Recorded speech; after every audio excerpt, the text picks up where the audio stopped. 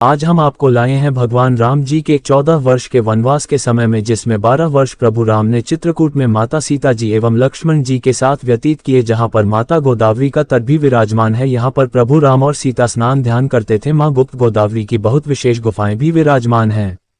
गुप्त गोदावरी में 2 गुफाएं हैं जिनका उल्लेख किया जा रहा है। पहली गुफा में प्रभु श्री राम का दरबार लगता था, जहां भगवान का दरबार लगता है उसके आगे जाएंगे तो माता गोदावरी का दर्शन मिलेगा, जिसे सीता कुंड के नाम से जाना जाता है, जहां माता सीता स्नान करती थी। शिव कुंड में आगे धनुष कुंड है, जहां से मां गोदावरी का उद्गम होती है। वहां पर भगवान राम धनुष रखे थे। आगे जाएंगे तो खटखटा चोर, जिसने मां सीता के वस्त्रों की चोरी की थी, तब लक्ष्मण जी ने बाण मारकर उल्टा टांग दिया था और श्राप दे दिया कि पत्थर की शिला हो जाओ। दूसरी गुफा के बाहर पशुपतिनाथ के दर्शन प्राप्त होते हैं। शिव पुराण में इनका विशेष उल्लेख भी पाया जाता है। राम सीता ने पशुपतिनाथ जी का स्वयं पूजन किया था। और द्वितीय गुफा में इसके बाद पानी में 200 मीटर चलना पड़ता है। वहां पर रामकुंड और लक्ष्मण कुंड है, जहां पर प्रभु श्री राम लखन लाल जी स्नान करते थे। यही यहाँ की विशेष महिमा है। रिपब्लिक हिंदुस्तान न्यूज के लिए सहयोगी विपुल शुक्ला एवं संदीप कुमार के साथ ब्यूरो अभिषेक मिश्रा की एक विशिष्ट रिपोर्ट। आप लोग कहाँ से हैं? गुप्त गोदावरी में जो जल धारा बह रही है, क्या कहना चाहिए इसके बारे में? बस ये कहना चाह रहे हैं कि भगवान के चलने में तो हमारे पापों का वो है, मतलब जो पाप के वो धुल गए, अब उन पापों से फ्री हो गए। हिंदू अनुयायियों को क्या संदेश प्रसारित करना चाहिए?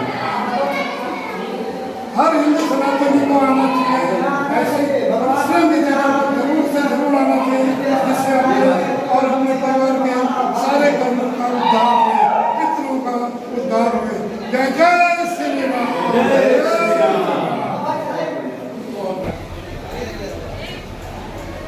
स्वामी जी, क्या नाम है आपका और कहाँ के रहने वाले हैं? पूरा विस्तृत में जरा बताएं। हमारा नाम सुनील पांडे है। हम लोग यहीं गुप्त गोदावरी में पास में 3 किलोमीटर गांव लालापुर नाम का है, वहाँ पर हम लोग निवासी हैं और दिन भर यही सेवा करते हैं। मध्य प्रदेश के माता गुप्त गोदावरी का ये जो विशेष स्थान है, इस पर लोगों का जन सैलाब लगातार उमड़ता रहता है। क्या है विशेष जो लोगों के लिए आकर्षण का प्रमुख बिंदु हो रहा है? बताते हैं कि जब प्रभु श्री राम का त्रेता युग में वनवास हुआ तो चित्रकूट रघुनंदन छाए समाचार। गुप्त गोदावरी से जुड़े हुए कौन कौन से विशेष स्थान हैं जिनका भारतीय इतिहास में विशेष महत्व बताया जाता है, तभी यहाँ भक्तों का अपार जन सैलाब उमड़ा रहता है? पहले तो देखिए, मेन स्थान आपका कामतगिर पर्वत हो गया, जहाँ प्रभु श्री राम सबसे ज़्यादा समय व्यतीत किया। उसके बाद आपका प्राचीन सती अनुसुईया आश्रम हो गया। माता जी ने अपने तपोबल से मंदाकिनी माता को प्रकट किया। फिर आप आ जाएंगे गुप्त गोदावरी, पशुपतिनाथ का मंदिर का दर्शन करेंगे, जो शिव पुराण में उप ज्योतिर्लिंग में लेख है कि राम सीता ने स्वयं जोड़े से उनका पूजन किया।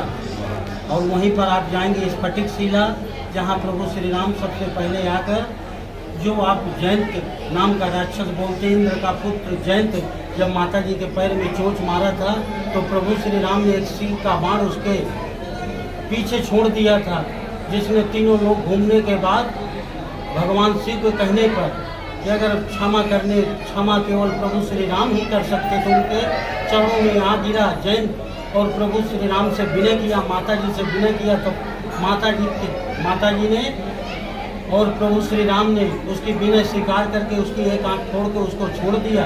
यही यहाँ के मेन स्थान है, यही यहाँ की मेन विशेषता है। बहुत बहुत आभार आपका। गोदावरी गौतम ऋषि की पुत्री गोदावरी को पता चला कि प्रभु श्री राम चित्रकूट में आगमन हुआ है, तो अपने माता और पिता से आज्ञा मांगते कि हे पिताजी, मैं प्रभु श्री राम का दर्शन करने के लिए चित्रकूट जाना चाहती हूँ। उनके पिताजी ने मना कर दिया कि नहीं बेटी, प्रभु श्री राम आगे चल के नासिक ही आएंगे, यहीं पर हम सब लोग उनका दर्शन करेंगे।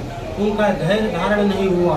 गोदावरी तो बहुत बड़ी नदी है, पर उनका एक स्रोत यहाँ पर प्रकट हुआ।